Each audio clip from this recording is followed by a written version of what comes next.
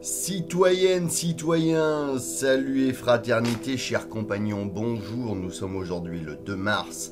Le 2 mars, c'est le jour des Charles le Bon, le tour de la France par deux enfants, écrit par G. Bruno, une lecture par votre serviteur Grégory Baudouin, le chapitre 117, la fosse aux ours et l'éléphant.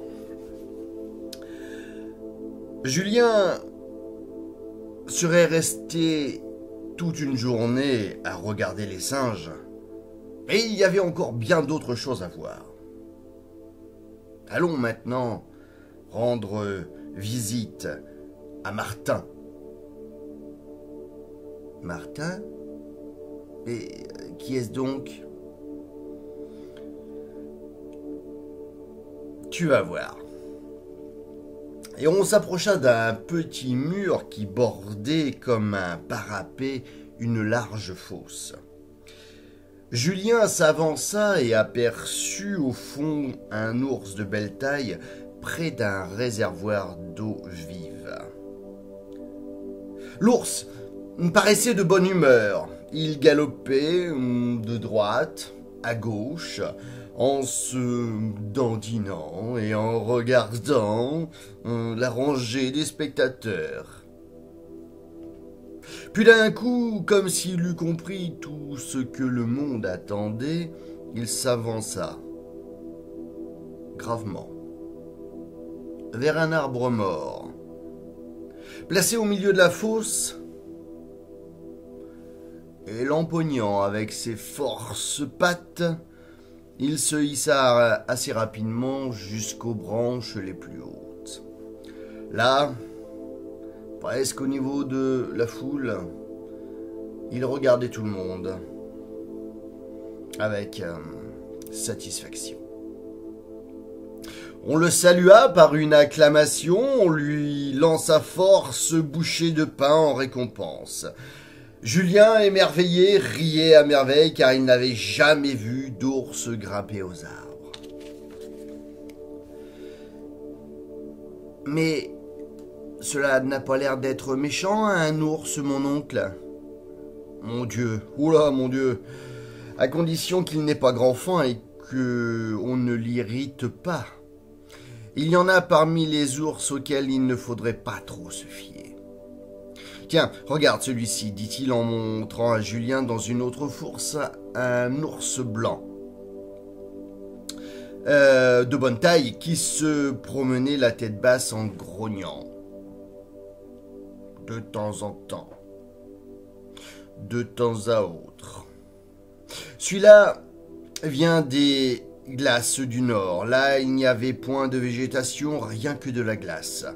Et l'ours qui, partout ailleurs, se nourrit de préférence de plantes, est réduit à ne vivre que d'animaux et surtout de poissons auxquels il fait la chasse.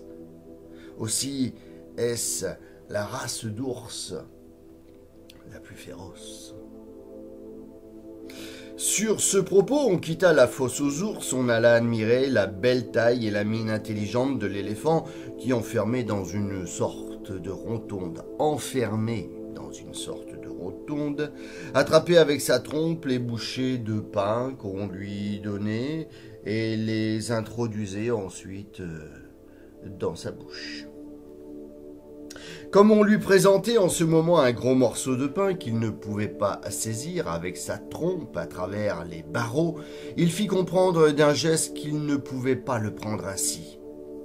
Et releva la tête, il ouvrit une gueule énorme, où on put entrer à la fois une vingtaine de pains de même grosseur.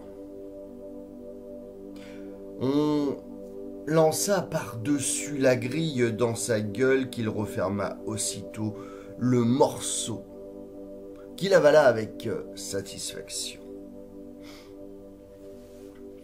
C'est un bien intelligent animal. Il est, dit-on, plus intelligent encore que le cheval, dont il tient lieu dans les pays chauds. À côté de l'éléphant, il y avait un énorme hippopotame qui vivait dans les rivières de l'Afrique. J'allais lire hippocampe. Qu'est-ce que fout un hippocampe à côté d'un éléphant? Ça va pas, ça.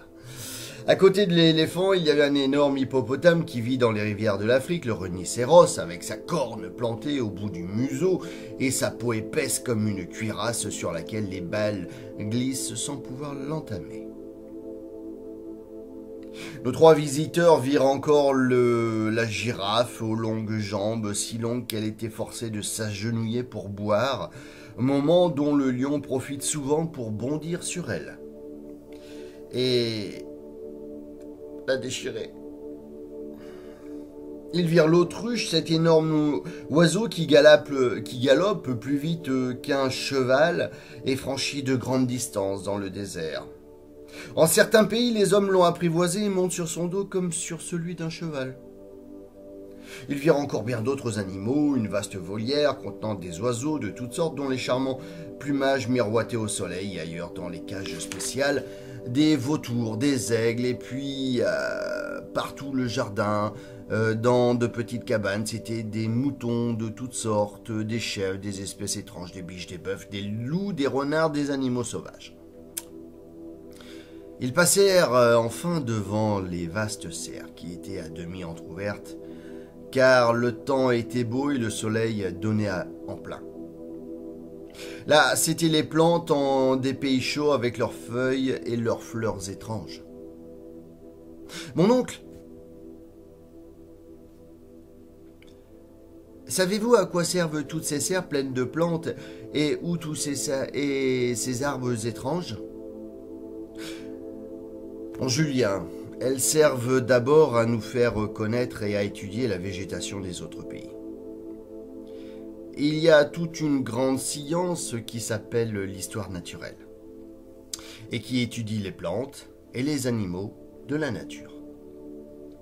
Eh bien, c'est ici, dans ce vaste jardin, que cette science trouve à sa portée les principaux êtres qu'elle étudie.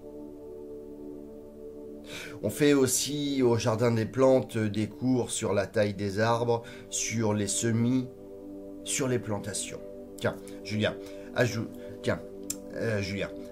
vois-tu là-bas ce grand arbre dont les branches s'étendent en parasol? C'est le cèdre que Jussieu a rapporté et planté pour la première fois en France. Je le reconnais, j'en ai vu des images dans mon livre.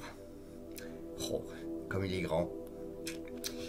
Eh bien, il y en a bien d'autres. Il y a bien d'autres arbres et d'autres plantes qui ont été introduits en France par le jardin des plantes. Les acacias, tiens, qu'on trouve aujourd'hui, n'existaient pas en France auparavant. Et jadis, et donc on plante pour la première fois des acacias maintenant. Les dahlias, les reines marguerites qui ornent maintenant tous nos parterres viennent également de ce jardin. On s'efforce ainsi de transporter et de faire vivre chez nous les plantes et les animaux utiles et agréables.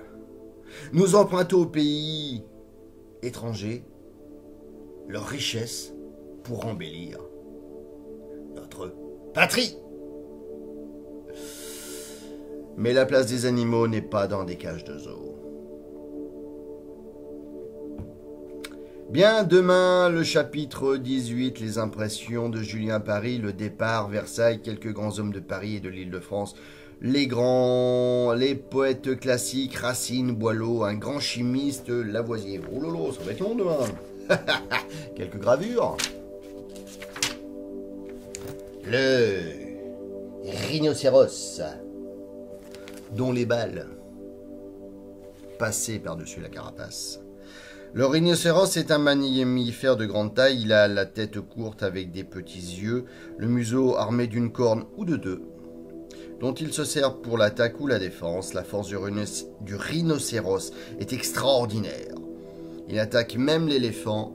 On le chasse pour sa chair, pour sa peau qui forme un cuir impénétrable, et pour sa corne qui, soi-disant, a des vertus aphrodisiaques, ce qui est totalement faux.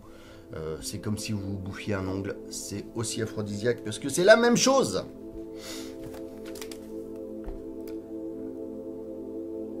La girafe, elle est tellement grande que j'ai du mal à la faire rentrer. La girafe, ce mammifère ruminant, est l'animal le plus haut qui existe. Sa taille dépasse 7 mètres. La girafe habite les déserts de l'Afrique. C'est un animal... Désert. C'est un animal inoffensif qui se nourrit de bourgeons et de feuilles d'arbres.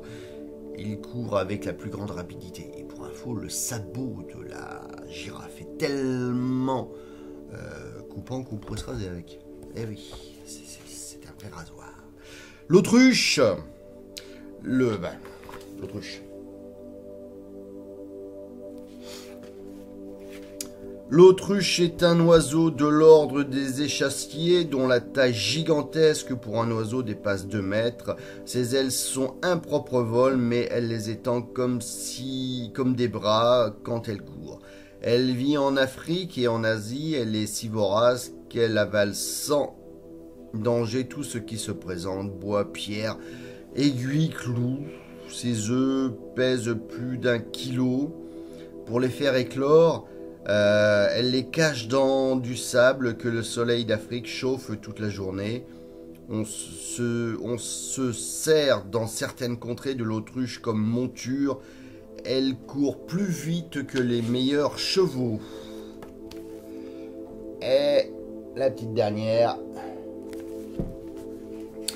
Alors, le vautour est un grand oiseau de proie caractérisé par sa petite tête, un long bec et recourbé, un cou dénudé. Il a un vol lourd, mais soutenu et atteint de prodigieuses hauteurs.